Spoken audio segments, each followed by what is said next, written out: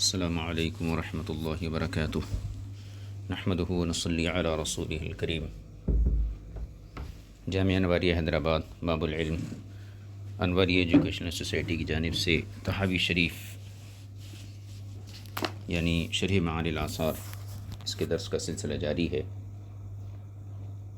گزشتہ سبق میں ہم نے مقیم اور مسافر کے لیے مسال الخفین کی مدت کے حوالے سے فقہا کے اقوال اور ان کے دلائل کو پڑھا تھا۔ آج ہم نئے باب کو شروع کرتے ہیں۔ باب کا عنوان ہے باب ذکر الجنوبی والحائض والذی لیس علی وضوء وقراءتہم القرآن۔ یہ باب کا عنوان ہے، یعنی جنوبی اور حائضہ اور وہ شخص جو باوضو نہیں ہے، کیا یہ لوگ ذکر الہی اور تلاوت قرآن کر سکتے ہیں یا نہیں کر سکتے ہیں۔ اس باب کے تحت صاحب تحاوی نے 3 اقوال کی وضاحت کی ہے۔ یعنی بنیادی مسئلہ یہ ہے، پہلی چیز تو ہے ذکر، دوسری چیز ہے قرآن کی تلاوت۔ تو جو لوگ جنوبی ہیں یا حائضہ ہیں خواتین یا بے وضو لوگ ہیں، یہ حالت جنابت میں، حالت حیض میں اور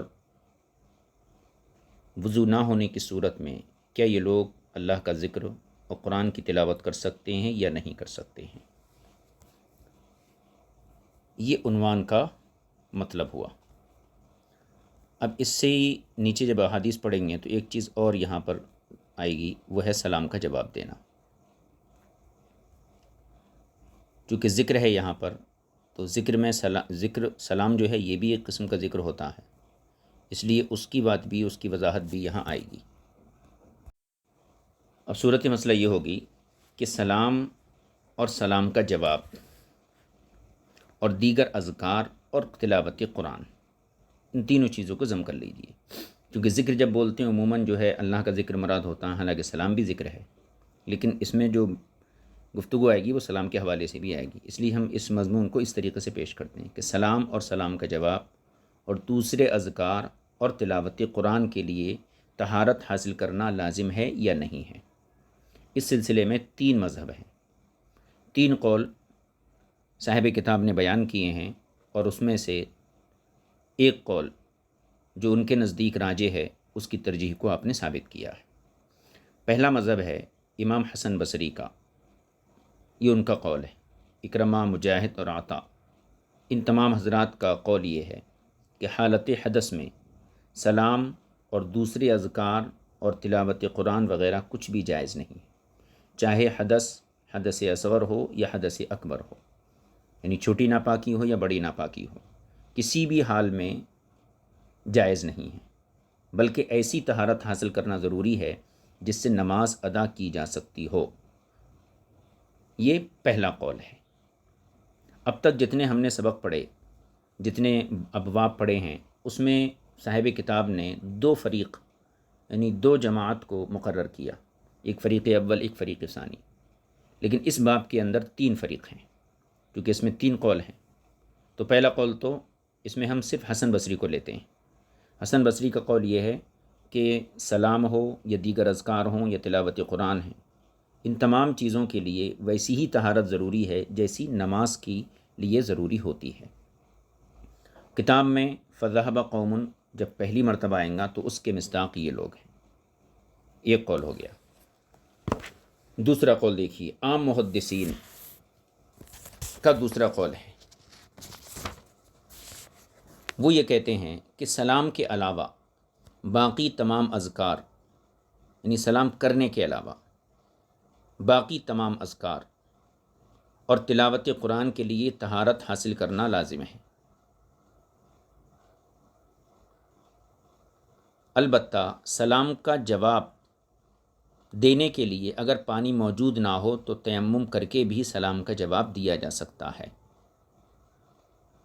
یہ عام محدثین امام حمیدی وغیرہ کا قول ہے۔ پھر سن لیجیے، سلام کے علاوہ بقیہ اذکار اور تلاوت قرآن کے لیے وضو لازم ہے۔ سلام کے اندر یہ تفصیل ہے کہ اگر کوئی شخص آپ کو سلام کیا اور اس وقت پانی موجود بھی ہے لیکن وضو بنانے میں سلام کا جواب فوت ہو جائے گا تو پھر آپ کے لیے اجازت ہے کہ آپ تیمم کر کے اس کا جواب دیں۔ یہ محدثین کا قول ہے۔ تیسرا قول، تمام اذکار اور تلاوت بلا وضو جائز ہے۔ یہ ذہن میں رکھیں، تمام اذکار و تلاوت بلا وضو جائز ہے، البتہ حائضہ اور جنوبی کے لیے مکمل آیت کریمہ کی تلاوت یہ جائز نہیں ہے۔ یہ تیسرا قول ہے اور یہی صاحب کتاب کے یہاں راجح ہے۔ اب یہ 3 قول ہو گئے۔ پھر سے میں ان تینوں اقوالوں کو ذکر کر دیتا ہوں۔ پہلا قول حسن بصری کا ہے، سلام اور دیگر اذکار تلاوت قرآن وغیرہ کے لیے ویسی طہارت ضروری ہے جیسی طہارت نماز کے لیے ضروری ہے۔ دوسرا قول امام حمیدی و دیگر محدثین کا ہے، وہ کہتے ہیں کہ تمام اذکار تلاوت کے لیے وضو لازم ہیں، البتہ سلام کا معاملہ ایسا ہے کہ سلام کا جواب دینے کے لیے تیمم کرنے کی بھی اجازت ہے اگرچہ پانی موجود ہو۔ تیسرا قول ہے تمام اذکار اور تلاوت بلا وضو جائز ہیں۔ تلاوت جائز ہونے کا مطلب یعنی کہ ہاتھ لگائے بغیر تمام اذکار و تلاوت، اس میں سلام کا جواب دونوں چیزیں آ گئیں، مگر حائضہ اور جنوبی کے لیے قرآن کریم کی تلاوت یہ جائز نہیں ہے۔ یہ مذاہب عرض کر دیے گئے۔ اب دلائل کو دیکھیے، صاحب کتاب نے اس باب میں 3 فریقوں کے اقوال کو بیان کیا ہے اور ایک کی ترجیح بیان کی ہے۔ پہلا قول کس کا تھا؟ حسن بصری کا، تمام اذکار تلاوت قرآن کے لیے نماز جیسی طہارت ضروری ہے، حتیٰ کہ سلام کا جواب دینے کے لیے بھی طہارت ضروری ہے، لیکن یہ اجازت ہے کہ سلام کا جواب دینے کے لیے جو ہے وہ تیمم کر کے جواب دے سکتا ہے۔ اب حدیث پاک پڑھیے۔ فریق اول کی پہلی دلیل، بلکہ حدیث پڑھنے سے پہلے میں اس کا خلاصہ عرض کر دوں تاکہ بات بآسانی ذہن میں رہے کہ جب ترجمہ کیا جاتا ہے تو پھر ایک ایک حدیث کی کئی سندیں آتی ہیں اور اس میں ذہن جو ہے تشویش میں لاحق ہو جاتا ہے۔ پہلی حدیث ہے یہ مہاجر بن قنفذ کی، کتاب کے اندر دیکھ لیجئے، مہاجر بن قنفذ ان کی روایت ہے کہ حضور اکرم صلی اللہ تعالی علیہ وسلم کو ایک مرتبہ انہوں نے سلام کیا، وہ یتوضا، حضور وضو فرما رہے تھے، فلم یرد علیہ، تو حضور نے ان کو سلام کا جواب نہیں دیا۔ فلما فرغ من وضوئہ قال، جب حضور وضو سے فارغ ہوئے تو آپ نے فرمایا انہ لم یمنعنی ان ارد علیک الا انی کرہت ان اذکر اللہ عز وجل الا علی طہارۃ، یعنی مجھے جواب دینے سے صرف اس چیز نے روکا کہ میں نے یہ ناپسند کیا کہ بلا طہارت میں اللہ کا ذکر کروں، یعنی بلا طہارت بے وضو اللہ کا ذکر کرنا میں نے ناپسند کیا، اس لیے تمہیں جو ہے سلام کا جواب نہیں دیا، کیونکہ السلام یہ بھی اللہ کا ذکر ہے۔ اس حدیث شریف سے صاف واضح ہوتا ہے کہ بغیر طہارت کے کسی قسم کا ذکر جائز نہیں ہے۔ یہ مہاجر بن قنفذ کی جو حدیث ہے صاحب کتاب نے 2 سندوں سے بیان کی ہے۔ یہ دلیل ہو گئی فریق اول یعنی حسن بصری کی، یعنی اللہ کے رسول کیا فرمائے، انی کرہت ان اذکر اللہ عز وجل الا علی طہارۃ، میں نے بے وضو اللہ رب العزت کا ذکر کرنے کو ناپسند کیا۔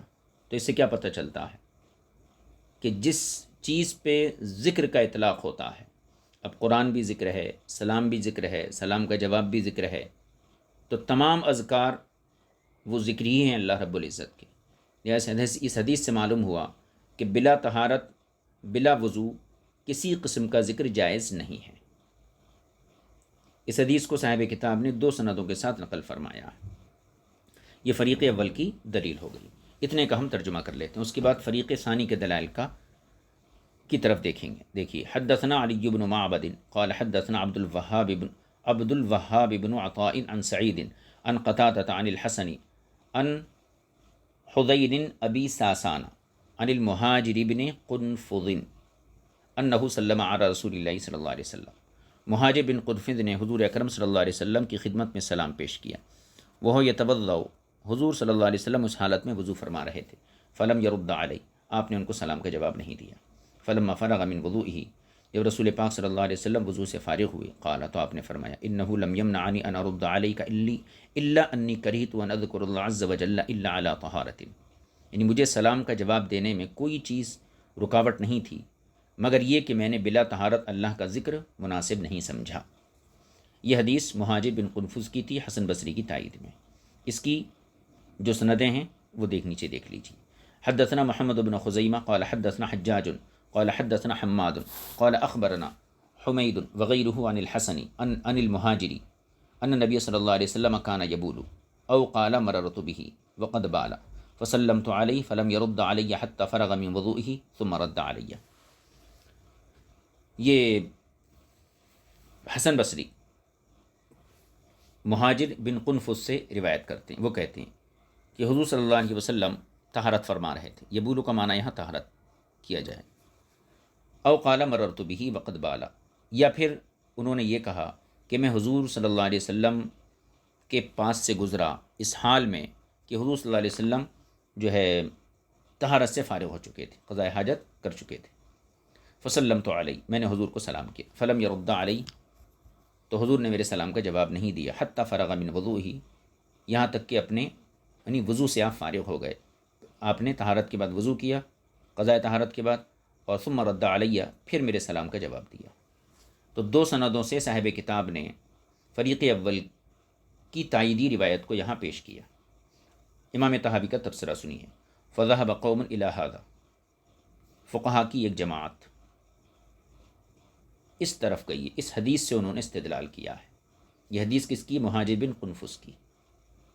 اور یہ قول کس کا؟ حسن بصری کا. فقالوا، اور انہوں نے کہا، لا ينبغي لأحد ان يذكر الله تعالى بشيء الا وهو على حال يجوز له ان يصلي عليها. یعنی کسی شخص کو اللہ رب العزت کا ذکر صرف اسی وقت درست ہے جب کہ وہ ایسی حالت میں ہو جس حالت میں نماز ادا کر سکتا ہو. اب اس نماز ادا کرنے کے لیے کون سی؟ بڑی طہارت بھی چاہیے، چھوٹی طہارت بھی چاہیے، غسل بھی چاہیے اور وضو بھی چاہیے. تو ان کا مذہب یہ ہے کہ اللہ کا ذکر کرنے کے لیے ایسی طہارت ضروری ہے جیسی طہارت سے نماز ادا کی جا سکے. گویا کہ ہر قسم کے ذکر تلاوت کے لیے وضو لازم ہے. وخالفہم فی ذلک آخرون، اور دوسرے لوگوں نے اس سلسلے میں مخالفت کی ہے. یہ دوسرا قول جو ہم نے ذکر کیا تھا یہ عام محدثین اور امام حمیدی کا قول تھا. وہ یہ کہ سلام کے علاوہ دیگر اذکار اور تلاوت قرآن کے لیے طہارت ضروری ہے. البتہ سلام کا جواب دینے کے سلسلے میں یہ حضرات یہ کہتے ہیں کہ پانی موجود ہونے کے باوجود وہ تیمم کر کے جواب دے سکتا ہے اگرچہ وہ شہر کے اندر ہی کیوں نہ ہو.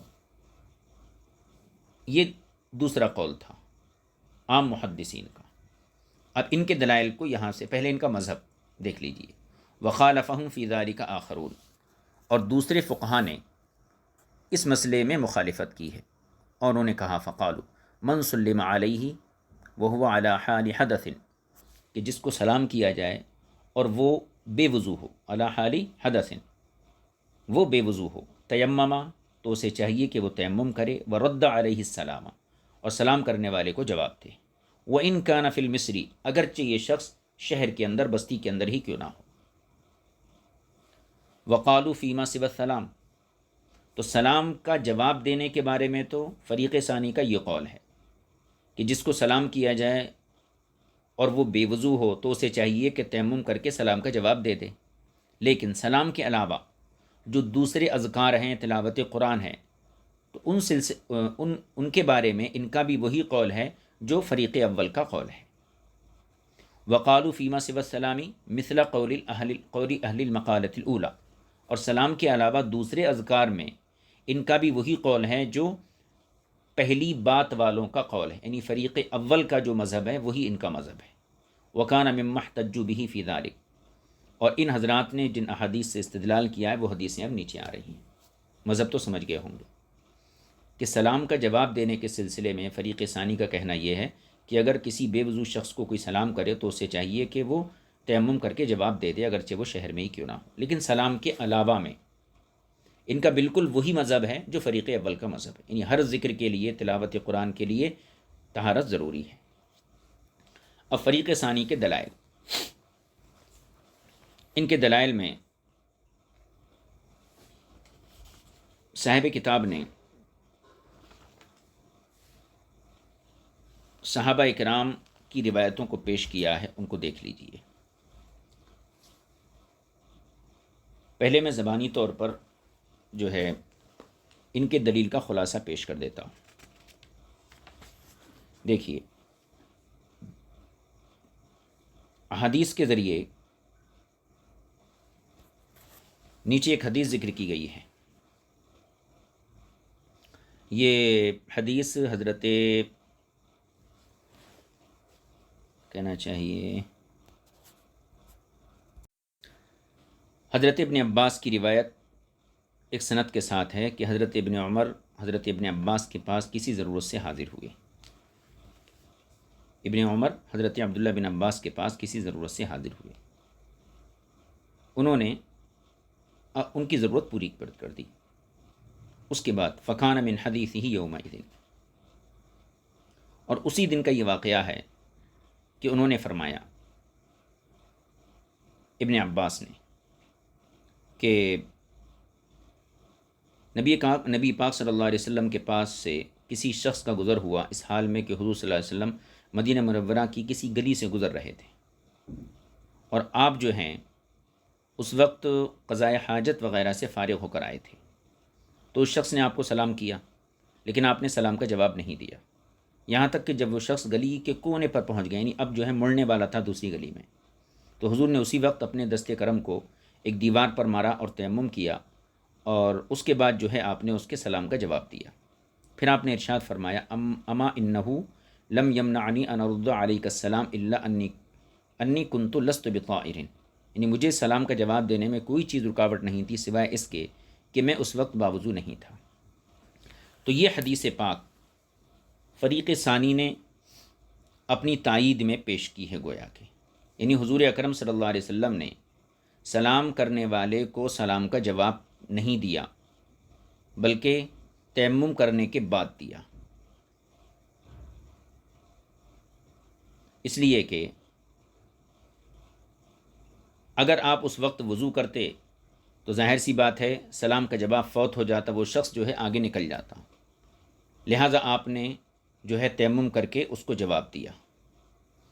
تو اس حدیث سے فریق ثانی نے یہ قول کیا ہے کہ سلام کا جواب اگر بے وضو شخص کو دیا جائے اور وہ شہر کے اندر موجود ہو، جب بھی اس کے لیے یہ حکم ہے کہ وہ تیمم کر کے سلام کا جواب دے گا۔ اور باقی اذکار میں، تلاوت قرآن میں ان کا وہی مذہب ہے جو فریق اول کا مذہب ہے، اس لیے اس حوالے سے دلائل کو ذکر نہیں کیا گیا ہے۔ جو دو فریق اول کی دلیل ہے وہی اس سلسلے میں ان کی دلیل ہوگی۔ اب اس کا ترجمہ کیجیے، دیکھیے، ما حدثنا به ربیع المؤذن، اور فریق ثانی نے استدلال کیا ہے اور احتجاج دلیل پکڑی ہے اس حدیث سے جو ہمیں ربیع مؤذن نے بیان کی ہے۔ وہ کہتے ہیں حدثنا اسد قال حدثنا محمد بن ثابت العبدی، یہاں سے تحویل سند ہے۔ وحدثنا حسین بن نصر وسلیمان بن شعیب قال حدثنا یحیی بن حسان قال حدثنا محمد بن ثابت قال حدثنا نافع قال، نافع سے مروی ہے، قال انطلقت مع ابن عمر الى ابن عباس فی حاجۃ لابن عمر، میں عبداللہ بن عمر کے ساتھ عبداللہ بن عباس کے پاس گیا، فی حاجۃ لابن عمر، حضرت عبداللہ بن عمر کے کسی کام کے لیے، یعنی عبداللہ بن عمر کا کوئی کام تھا، اس سلسلے میں ابن عمر کے ساتھ عبداللہ بن عباس کے پاس گیا، فقضى حاجتہ، عبداللہ بن عباس نے آپ کی ضرورت پوری کر دی، فکان من حدیثہ یومئذ، تو اسی دن ایک واقعہ یہ ہوا، جو گفتگو ہوئی اس دن وہ یہ تھی کہ انہ قال، انہوں نے فرمایا، مر رجل علی رسول اللہ صلی اللہ علیہ وسلم فی سکۃ من سککی، حضور اکرم صلی اللہ علیہ وسلم کے پاس سے ایک شخص گزرا مدینہ منورہ کی گلیوں میں سے کسی گلی میں، وقد خرج من غائط او بول، اور حضور صلی اللہ علیہ وسلم قضاء حاجت یا پھر جو ہے طہارت سے باہر تشریف لائے تھے۔ فسلم علیہ، تو اس شخص نے حضور کو سلام کیا، فلم یرد علیہ السلام، حضور نے اس کو سلام کا جواب نہیں دیا، حتیٰ کاد الرجل ان یتوارا فی السکۃ، یہاں تک کہ قریب تھا کہ آدمی جو ہے گلی کے موڑ پر مڑ جاتا، یعنی چھپ جاتا۔ فضرب بیدیہ علی الحائط فتیمم لوجہہ، تو حضور اکرم صلی اللہ علیہ وسلم نے اپنے ہاتھوں کو دیوار پر مارا اور اپنے چہرے پر تیمم کیا، ثم ضرب ضربۃ اخرى فتیمم لذراعی، پھر آپ نے دوسری ضرب ماری اور اپنے دونوں ہاتھوں کا کہنیوں سمیت مسح کیا۔ قال، کہتے ہیں ابن عباس، ثم رد علیہ السلام، پھر حضور نے اس شخص کو سلام کا جواب دیا اور اس کے بعد فرمایا، وقال اما انه لم يمنعني ان ارد علیک السلام الا انی کنت لست بطاہر، مجھے سلام کا جواب دینے میں کوئی چیز رکاوٹ نہیں تھی سوائے اس کے کہ میں باوضو نہیں تھا۔ تو اس حدیث سے یہ پتہ چلتا ہے کہ سلام اگر کوئی شخص بے وضو ہو، اسے جواب سلام کیا جائے تو اس کے لیے یہ حکم ہے کہ وہ تیمم کر کے سلام کا جواب دے دے۔ دیکھیے آگے دیکھیے ذرا، یہ ہے حدثنا دوسری حدیث، حدثنا ابن ابی داود قال حدثنا محمد بن بشار قال حدثنا ابو احمد الزبیری قال حدثنا سفیان عن الضحاک بن عثمان عن نافع عن ابن عمر، عبداللہ بن عمر سے مروی ہے، ان رجلا سلم علی النبی صلی اللہ علیہ وسلم وهو یبول، حضور صلی اللہ علیہ وسلم بول فرما رہے تھے اور اسی حال میں کوئی شخص آپ کو سلام کیا، فلم یرد علیہ حتی اتی حائطا فتیمم، تو آپ نے اس کو جواب نہیں دیا سلام کا یہاں تک کہ آپ ایک دیوار کے پاس آئے اور آپ نے تیمم کیا، اور تیمم کرنے کے بعد گویا کہ آپ نے اس کو جواب دیا۔ تو یہ ابن عمر کی روایت ہے، اوپر اگر مانے تو پھر وہ ابن عباس کی روایت تھی۔ ایک حدیث پاک اور دیکھ لیجیے فریق ثانی کی تائید میں، حدثنا ربیع المؤذن قال حدثنا شعیب بن اللیث قال حدثنا اللیث عن جعفر بن ربیعۃ عن عبد الرحمن بن ہرمزہ عن عمیر مولا ابن عباس رضی اللہ تعالی عنہم انہ سمعہ یقول، یہ عبد الرحمن بن ہرمز نے ابن عباس کے مولا عمیر سے نقل کیا، وہ کہنے لگے، انہ سمعہ یقول، وہ کہنے لگے کہ میں اور عبداللہ بن یسار، اقبلت انا میں، و عبداللہ بن یسار اور عبداللہ بن یسار جو حضرت میمونہ حرم محترم رسول پاک صلی اللہ علیہ وسلم کے مولا ہیں، تو میں اور عبداللہ بن یسار ہم دونوں لوگ دخلنا علی ابی جہم بن الحارث بن سمت الانصاری، ہم لوگ ابی جہم بن حارث بن سما انصاری کے پاس داخل ہوئے، فقال ابو الجہم، تو ابو الجہم نے کہا، اقبل رسول اللہ صلی اللہ علیہ وسلم من نحوی بئر جمل، اقبل رسول اللہ صلی اللہ علیہ وسلم، حضور صلی اللہ علیہ وسلم ایک مرتبہ بئر جمل کی طرف سے تشریف لائے،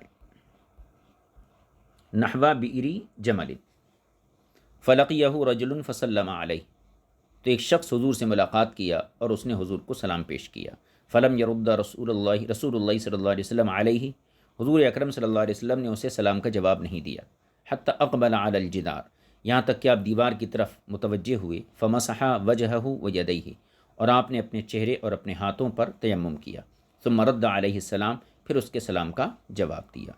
یہ کس کی روایت ہے؟ ابو الجہم بن حارث بن سما انصاری کی، پیچھے ابن عباس کی، اس کے بعد ابن عمر کی، اور یہ تیسری ابو الجہم بن حارث کی۔ ان تین روایتوں سے یہ پتہ چلا کہ اگر کوئی بے وضو شخص کو سلام کرے تو اس کو ضروری ہے کہ وہ تیمم کر کے سلام کا جواب دے۔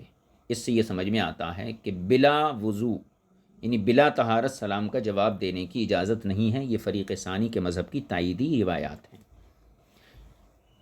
اب اس کی اور سندیں دیکھ لیجئے۔ حدثنا ابو زرعۃ عبد الرحمن بن عمرو الدمشقی قال حدثنا عمرو بن محمد الناقد قال حدثنا یعقوب بن ابراہیم بن سعد قال حدثنا ابی عن ابن اسحاق عن عبد الرحمن الاعرج عن عمیر مولا ابن عباس فذکر مثلہ، یہ اسی کی ایک سند ہے۔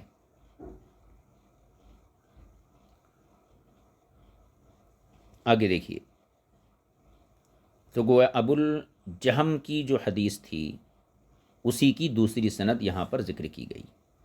قالو، امام طحاوی کہتے ہیں، فبہذہ الآثار، ان تمام روایتوں کی طرف اس سے اشارہ ہے، ابن عمر سے، ابو الجہم سے جو روایتیں آئیں، یا پہلی والی روایت کو اگر دیکھیں تو پھر وہ ابن عباس سے بھی ہے، ان تمام روایتوں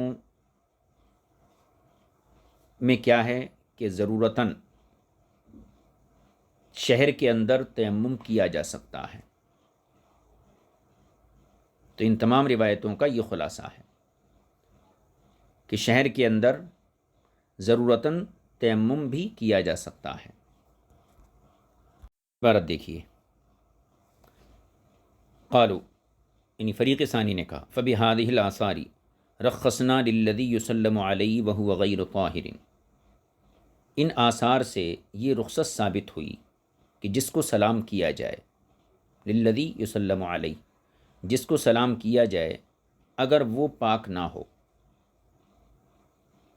تو اس کے لیے یہ رخصت ثابت ہوتی ہے ان یتیمم ویرد السلام، کہ وہ تیمم کر کے سلام کا جواب دے دے، لیکون ذالک جوابا للسلام، تاکہ سلام کا جواب ہو جائے۔ وَهَذَا كَمَا رَخَّصَ قَوْمٌ فِي التَّيَمُّمِ لِلْجَنَازَةِ وَلِلْعِيدَيْنِ، اور اس رخصت کی ایک نظیر پیش کر رہے ہیں، یعنی ان حدیثوں کو دیکھ کر یہ رخصت ثابت ہوئی کہ جس کو سلام کیا جائے وہ بے وضو ہو تو اس کو یہ اجازت ہے کہ وہ تیمم کر کے سلام کا جواب دے دے تاکہ جواب وقت پر پہنچ جائے۔ اس کی ایک نظیر یہاں پیش کی ہے نیچے حدیث میں اس کا خلاصہ پہلے عرض کر دیتا ہوں۔ نظیر یہ ہے کہ جنازہ اور عیدین کے لیے حکم یہ ہے کہ جب ان کے فوت ہو جانے کا خطرہ ہو تو تیمم کر کے نماز میں شامل ہونے کی رخصت دی گئی ہے۔ تو جنازے کے فوت ہونے کا خطرہ ہو تو وہاں تیمم کی اجازت ہے، عیدین کے فوت ہونے کا خطرہ ہو تو وہاں تیمم کی اجازت ہے۔ اسی طریقے سے ان حدیثوں سے یہ معلوم ہوا کہ جہاں سلام کا جواب دینے کے فوت ہونے کا اندیشہ ہو، ایک شخص نے آپ کو سلام کیا، اگر آپ پانی سے وضو کر لیتے بیٹھ گئے تو ہو سکتا ہے اتنی دیر میں وہ شخص نظروں سے اوجھل ہو جائے، تو سلام کا جواب تو نہیں دے سکتے کہ وہ چلا گیا، اور اس کے نظروں سے اوجھل ہونے کے بعد اگر آپ جواب دے بھی رہے ہیں تو پھر اس کو نہیں دے رہے ہیں جبکہ اس کو سلام دینا ہے۔ تو چونکہ وضو بنانے میں سلام کا جواب فوت ہو جاتا ہے تو خطرہ یہ ہے کہ سلام کا جواب فوت ہو جائے گا، لہٰذا یہاں پر بھی تیمم کر کے سلام کا جواب دینے کی اجازت ہے، جیسے کہ عیدین اور نماز جنازہ کے لیے، نماز جنازہ میں غیر ولی کی قید لگائی جائیں گی، نماز جنازہ اور عیدین کے لیے جس طریقے سے تیمم کر کے شریک ہونا جائز ہے، کیوں؟ اس لیے کہ ان عبادتوں کے فوت ہونے کا خطرہ ہے۔ اسی طریقے سے سلام کا جواب دینے میں بھی تیمم کر کے جواب دینے کی اجازت ہے، کیونکہ وہاں سلام کے جواب کے فوت ہونے کا خطرہ ہے۔ دیکھیے، وَهَذَا كَمَا رَخَّصَ قَوْمٌ فِي التَّيَمُّمِ لِلْجَنَازَةِ وَلِلْعِيدَيْنِ، اور یہ ایسا ہی ہے، کیسا؟ یعنی سلام کا جواب دینے کے لیے تیمم کرنا، یہ ایسا ہی ہے جیسا کہ کچھ علماء نے، كَمَا رَخَّصَ قَوْمٌ فِي التَّيَمُّمِ، جیسے کچھ علماء نے تیمم کی اجازت دی ہے، کس کے لیے؟ جنازہ اور عیدین کے لیے، للجنازۃ وللعیدین اذا خیف فوت ذالک، جبکہ ان کے فوت ہو جانے کا خطرہ ہو، اذ تشوغلا بطلب الماء لوضوء الصلاۃ، یا پانی کی تلاش میں مشغولیت سے نماز کے چلے جانے کا ڈر ہو۔ وذکروا فی ذالک، اب اس سلسلے میں انہوں نے کچھ روایتیں ذکر کی ہیں یہ نظیر ثابت کرنے کے لیے، یعنی نماز جنازہ کے فوت ہونے کا خطرہ ہو یا عیدین کے فوت ہونے کا خطرہ ہو تو شریعت رخصت دیتی ہے کہ تیمم کر کے شریک ہو جاؤ۔ تو اس کی دلیل یعنی کچھ حدیثیں یہاں ذکر کی گئی ہیں، وہ حدیثیں پڑھ لیجیے، گویا کہ اس کی نظیر کے دلائل ہیں۔ وذکروا فی ذالک، اور اس سلسلے میں جو روایتیں ذکر کی ان میں سے ایک روایت یہ ما حدثنا سلیمان بن شعیب قال حدثنا يحيى بن حسان قال حدثنا عمر بن ایوب الموصلی عن المغیرة بن زیاد عن عطاء عن ابن عباس، عبداللہ بن عباس کی یہ روایت ہے. فی الرجل تفجأه الجنازۃ وهو على غیر وضوء، حضرت ابن عباس سے اس آدمی کے متعلق پوچھا گیا جو اچانک جنازے میں شریک ہوا، حاضر ہوا اور وہ بے وضو تھا. قال، تو آپ نے فرمایا یتیمم و یصلی علیہا، اسے چاہیے کہ تیمم کر کے نماز جنازہ پڑھے. یہ ابن عباس کا قول تھا. اب اسی قول کی ایک دوسری سند، حدثنا ابن ابی داود قال حدثنا عمر بن عون قال اخبرنا حشیم عن مغیرہ عن ابراہیم و عبد الملک عن عطاء و زکریہ عن عامر و یونس عن الحسن مثلہ، یعنی عامر اور یونس نے حسن بصری سے اسی طرح کی روایت نقل کی ہے. تیسری سند، حدثنا ابو بکرۃ قال حدثنا ابو داود قال حدثنا شعبۃ عن منصور عن ابراہیم مثلہ، شعبہ نے منصور سے، انہوں نے ابراہیم سے اسی طرح کی روایت نقل کی ہے. اس کی چوتھی سند، حدثنا ابو بکرۃ قال حدثنا مؤمل قال حدثنا سفیان عن منصور عن ابراہیم مثلہ، یہ منصور نے ابراہیم سے اسی طرح کی روایت نقل کی ہے. اچھا، اس کی اور ایک سند ہے، کئی سندیں اس کی ذکر کی گئی ہیں، میں ان سندوں کو جو ہے پڑھ دیتا ہوں. حدثنا حسین بن نصر قال حدثنا ابو نعیم قال حدثنا سفیان عن حماد عن ابراہیم مثلہ، یہ بھی اسی کی ایک سند ہے، چھ سندیں ہو گئیں. حدثنا صالح بن عبد الرحمن قال حدثنا سعید قال حدثنا حشیم عن یونس عن الحسن ومغیرہ عن الحسن ومغیرہ عن ابراہیم و عبد الملک عن عطاء نحوہ، یہ بھی اس کی ساتویں سند ہو گئی. حدثنا ابو بکرہ و ابن مرزوق قال حدثنا ابو داود عن عباد بن راشد قال سمعت الحسن يقول ذلك، یہ بھی اس کی ایک آٹھویں سند گویا کہ. حدثنا یونس قال اخبرنا ابن وهب قال اخبرني يونس عن ابن شهاب مثله قال وقال لي الليث مثله. حدثنا ابو بشر الرقي قال حدثنا شجاع بن الولید عن عبد الملک ابن ابی غنیۃ عن الحکم مثلہ، یہ بھی اس کی ایک سند ہے. یہ تمام سندیں صاحب کتاب نے ذکر کی اسی ایک حدیث کی. اب اس کے بعد دیکھیے، یہ ہے یہ فلما کان قد رخص فی التیمم فی الامصار، رخص پڑھی ہے اس کو مجھول. یہ تمام سندیں ذکر کی گئیں. ان تمام سندوں پہ غور کیجیے کہ نماز جنازہ فوت ہونے کے ڈر سے تیمم کرنے کی اجازت دی گئی. فرماتے ہیں فلما کانا قد رخص فی التیمم فی الامصار خوف فوت الصلاۃ علی الجنازۃ وفی صلاۃ العیدین، جب شہروں میں تیمم کی رخصت دی گئی ہے نماز جنازہ فوت ہونے کے سلسلے میں اور عیدین کے فوت ہونے کے سلسلے میں، یعنی عیدین کی نماز اور جنازے کی نماز کے فوت ہونے کا اگر خطرہ ہو تو شہر کے اندر ہی تیمم کی اجازت دی گئی ہے. لأن ذلك اذا فات لم يقضى، کیونکہ یہ وہ عبادتیں ہیں کہ اگر فوت ہو گئیں تو ان کی قضا نہیں. نماز جنازہ کی کوئی قضا نہیں، عیدین کی کوئی قضا نہیں، تو یہ ایسی عبادتیں ہیں جن کی فوت ہونے کے بعد جن کی قضا نہیں ہے. قالوا، تو اب فریق ثانی نے کہا فَكَذَلِكَ رَخَّصْنَا فِي التَّيَمُّمِ فِي الْأَمْصَارِ لِرَدِّ السَّلَامِ، اسی طریقے سے ہم نے شہروں کے اندر تیمم کی رخصت دی ہے لرد السلامی، سلام کا جواب دینے کے سلسلے میں. لِيَكُونَ ذَلِكَ جَوَابًا لِلْمُسَلِّمِ، تاکہ وہ سلام کرنے والے کا جواب ہو جائے. اور یہ اس لیے ہے لِأَنَّ ذَلِكَ إِذَا لَمْ يَفْعَلْ، کیونکہ اگر وہ ایسا نہیں کرے گا، تیمم کر کے جواب نہیں دے گا، فَلَمْ يَرُدَّ السَّلَامُ حِينَئِذٍ، تو اس وقت وہ سلام کا جواب نہیں دے پائے گا. فَاتَ ذَلِكَ، اور سلام کا جواب فوت ہو جائے گا. وَإِن رُدَّ بَعْدَ ذَلِكَ، اور اگر سلام کرنے والے کے گزرنے کے بعد بہت آرام سے وضو وغیرہ کرنے کے بعد اگر سلام کا جواب دیتا ہے فَلَيْسَ بِجَوَابٍ لَهُ، تو یہ اس کا جواب نہیں ہوگا جس نے سلام کیا ہے. تو یہ مسئلہ واضح ہو گیا یہاں تک کہ فریق ثانی کے یہاں سلام اگر بے وضو شخص کو کیا جائے تو اسے یہ اجازت ہے کہ وہ تیمم کر کے سلام کا جواب دے سکتا ہے. ٹھیک ہے، اس سلسلے میں پہلے تو حدیث ذکر کی، اس کے بعد نظیریں پیش کی کہ جیسے نماز جنازہ اور عیدین کہ قضا ہونے کا اگر خطرہ ہے تو تیمم کرنے کی اجازت ہے، اسی طریقے سے ایسے موقع پر سلام کا جواب فوت ہونے کا خطرہ ہوتا ہے، لہذا تیمم کر کے وہ سلام کا جواب دے گا۔ تو سلام کا جواب دینے کے سلسلے میں تو یہ رخصت دی ہے ان لوگوں نے کہ تیمم کر کے جواب دے دے۔ وہ اما ما سوا ذالک، لیکن سلام، جواب سلام کے علاوہ جو دوسرے اذکار ہیں، تلاوت قرآن ہیں اور دوسرے اذکار ہیں کہ جن میں فوت ہونے کا اندیشہ نہیں ہے، جیسے قرآن کی تلاوت وغیرہ ہے، تو وہاں پر پھر اس کے لیے بلا طہارت جو ہے ان چیزوں میں مشغول ہونے کی اجازت نہیں ہے۔ دیکھیے صاحب کتاب کی عبارت دیکھیے، وہ اما ما سوا ذالک، اور سلام کے علاوہ، اس کے علاوہ، مما لا یخاف فوتہ من الذکر و قراءۃ القرآن،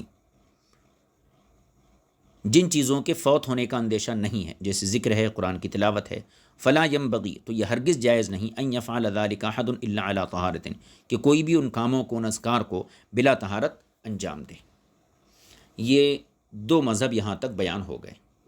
اب اس کے بعد صاحب کتاب جو ہیں تیسرے مذہب کو یہاں سے بیان کریں گے جو مذہب راجح ہے، وخالفہم فی ذلک آخرون سے، اور ان کے دلائل کو انشاءاللہ تعالی بیان کریں گے۔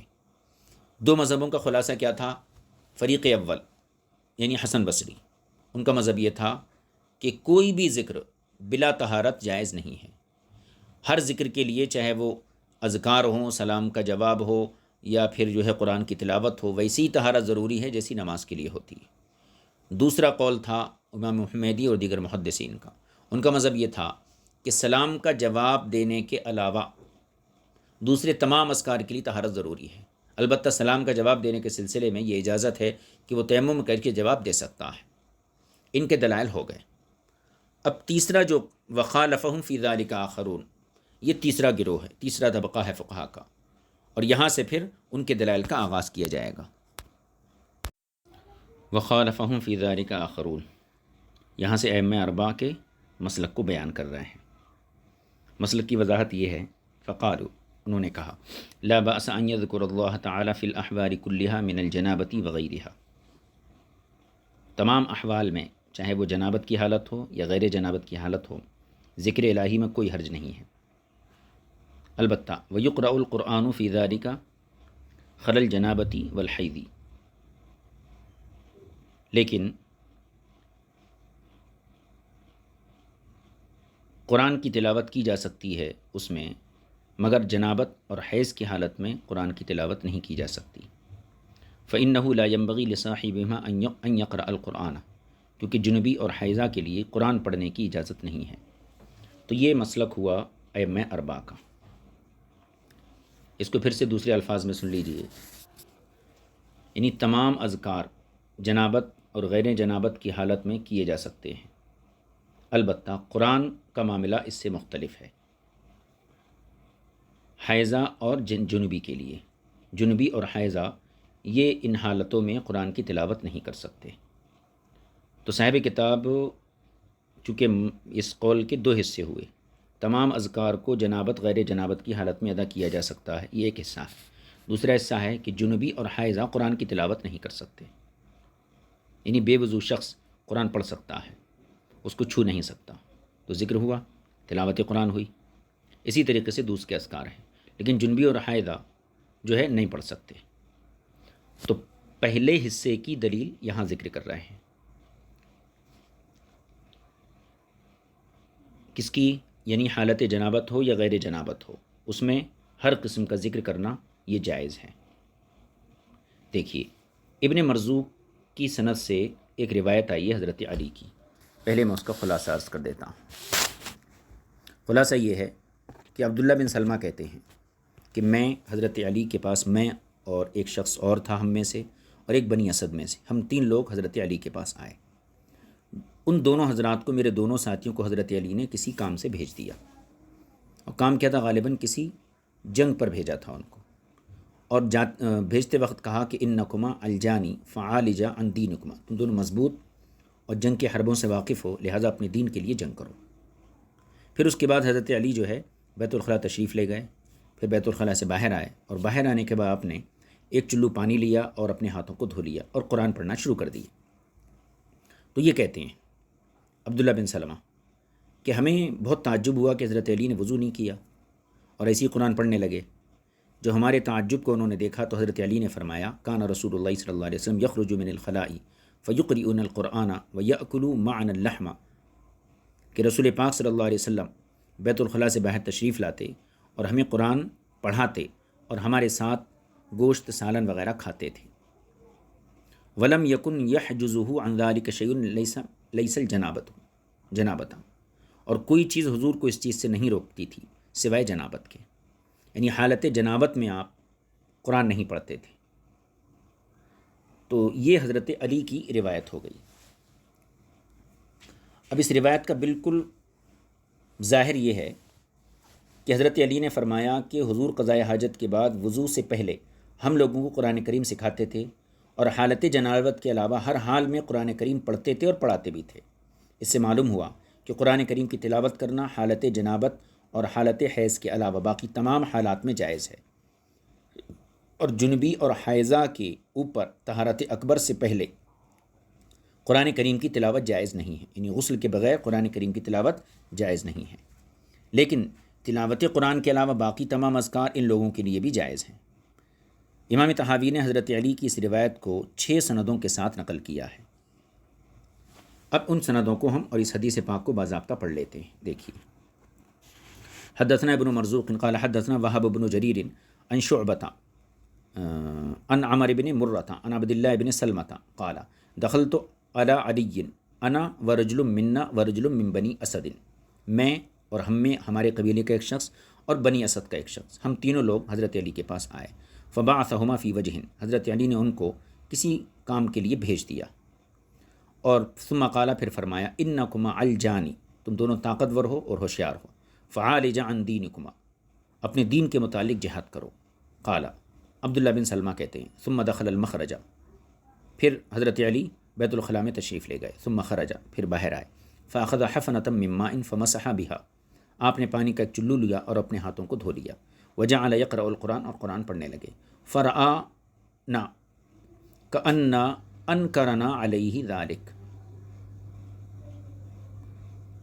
تو ہمیں حضرت علی نے دیکھا اس حال میں گویا کہ ہم ان کے اس فعل کا انکار کر رہے ہیں، یعنی ہمارے تعجب کو انہوں نے محسوس کیا۔ فقال، تو فرمایا کان رسول اللہ صلی اللہ علیہ وسلم یخرج من الخلاء، حضور اکرم صلی اللہ تعالی علیہ وسلم بیت الخلاء سے باہر تشریف لاتے، فیقرئون القرآن، اور ہمیں قرآن مجید پڑھاتے تھے، ویأکلوا معنا اللحم، اور ہمارے ساتھ گوشت کھاتے تھے، ولم یکن یحجزہ عن ذلک شیء، اور اس سے کوئی چیز بھی آپ کو نہیں روکتی تھی،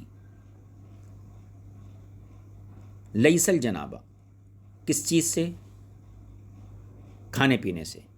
تو ولم یکن یحجزہ، تو ہو ضمیر کا مرجع یہ تلاوت قرآن نہیں ہے بلکہ لحم ہے، یعنی کھانے پینے سے حضور کو کوئی چیز نہیں روکتی تھی، حت لیس الجنابہ، یعنی جنابت بھی نہیں روکتی تھی، یعنی جنابت کی حالت میں بھی کھانے پینے سے کوئی چیز نہیں روکتی تھی۔ اب اس کی سندیں صاحب کتاب نے ذکر کی ہیں، وہ سندوں کو دیکھ لیجئے۔ حدثنا ابن مرزوق قال حدثنا ابو الولید قال حدثنا شعبة قال اخبرنا عمر بن مرة قال سمعت عبد الله بن سلمة فذكر مثله غیر انه قال، اس سند میں یہ الفاظ آئے ہیں کان رسول اللہ صلی اللہ علیہ وسلم یقضی حاجته فیقرأ القرآن، حضور صلی اللہ علیہ وسلم قضاء حاجت کے بعد قرآن کی تلاوت فرماتے تھے۔ یہ الفاظ پہلی والی سند میں نہیں ہیں۔ تیسری سند، حدثنا حسین بن نصر وسلیمان بن شعیب قال، ان دونوں نے کہا حدثنا عبد الرحمن بن زیاد قال حدثنا شعبۃ فذکر باسنادہ مثلہ، عبد الرحمن بن زیاد نے بیان کیا کہ شعبہ نے اپنی سند کے ساتھ اسی طرح کی روایت نقل کی ہے۔ حدثنا فہد،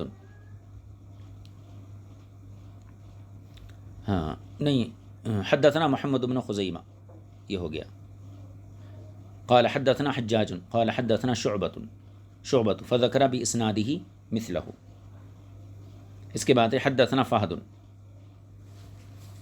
قال حدثنا، آگے دیکھیے، عمر بن حفص قال حدثنا ابی قال حدثنا الاعمش قال عمر بن مرة عن عبد الله بن سلمة عن علي رضی اللہ تعالی عنہ قال کان رسول اللہ صلی اللہ علیہ وسلم یقرأ القرآن علی کل حال الا الجنابہ، حضور اکرم صلی اللہ علیہ وسلم ہر حال میں قرآن پڑھتے تھے سوائے جنابت کے، یعنی جنابت کی حالت میں قرآن نہیں پڑھتے تھے۔ اس کی اور ایک سند، چوتھی یا پانچویں سند ہے، چھٹی سند، حدثنا محمد بن عمر بن یونس السوسی قال حدثنا یحیی بن عیسیٰ عن ابن ابی لیلى عن عمر عن عبد اللہ بن سلمۃ عن علی قال کان رسول اللہ صلی اللہ علیہ وسلم یعلمنا القرآن علی کل حال الا الجنابہ، حضور صلی اللہ علیہ وسلم سوائے جنابت کی حالت کے ہر حال میں ہمیں قرآن سکھاتے تھے۔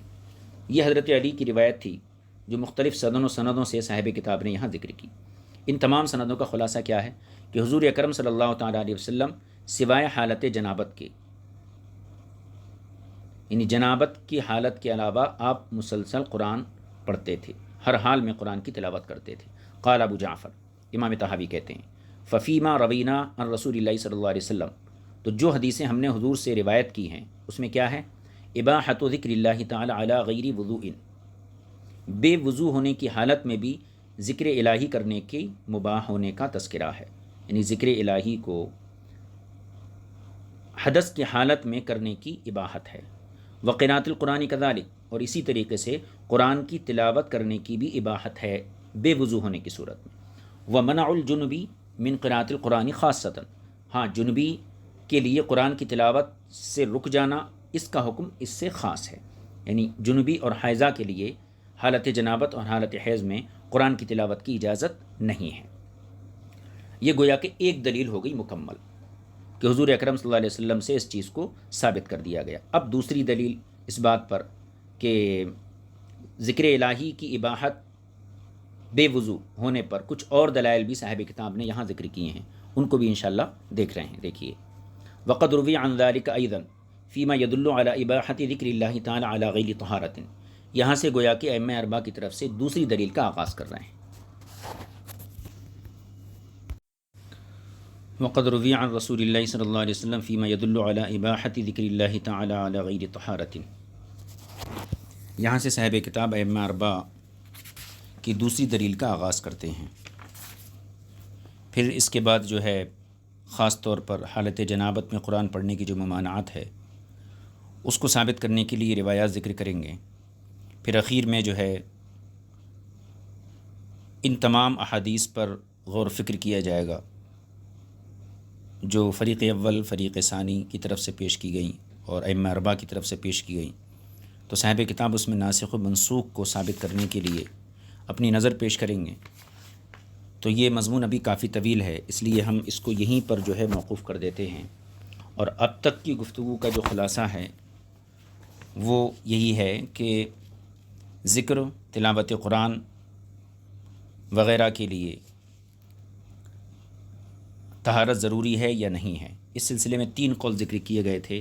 پہلا حسن بصری کا تھا کہ ہر قسم کے ذکر و تلاوت قرآن کے لیے نماز جیسی طہارت ضروری ہے، اور انہوں نے اپنی مذہب کی تائید میں مہاجر بن قنفس کی حدیث کو دلیل بنایا تھا۔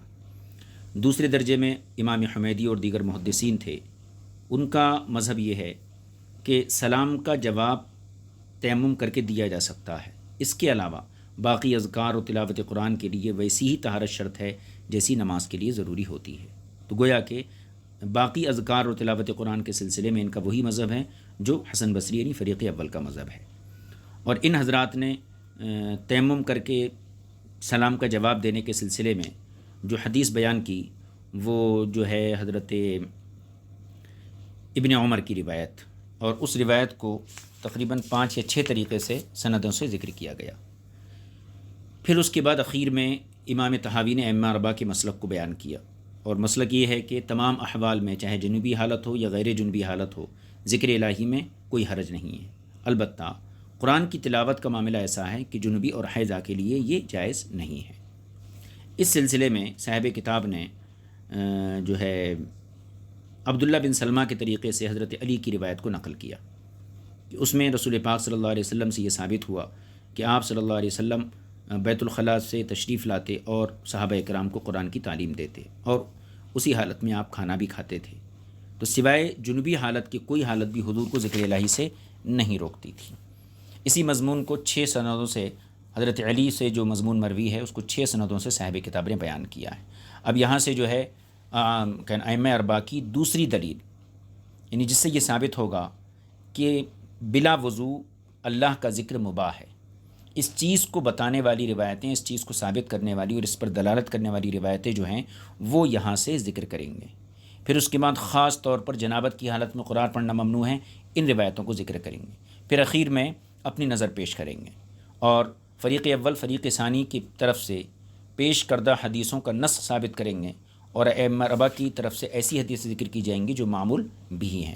پھر صحابہ کے فتاوی وغیرہ، یہ تمام چیزیں بھی چونکہ اس سبق میں باقی ہیں، اس لیے جو ہے اس سبق کو یہی موقوف کرتے ہیں۔ اور ائمہ اربعہ کی طرف سے جو دوسری دلیل ہے وقد روی عن ذلک، اس عبارت کو ذہن میں رکھیے، وقد روی عن ذلک ایضا فیما يدل علی اباحۃ ذکر اللہ تعالی علی غیر طہارۃ، یہاں سے انشاءاللہ تعالی آئندہ نشست میں اس سبق کو پڑھا جائے گا۔ صلی اللہ علی نبی الکریم و آلہ و صحبہ اجمعین والحمد للہ رب العالمین۔ السلام علیکم ورحمۃ اللہ وبرکاتہ۔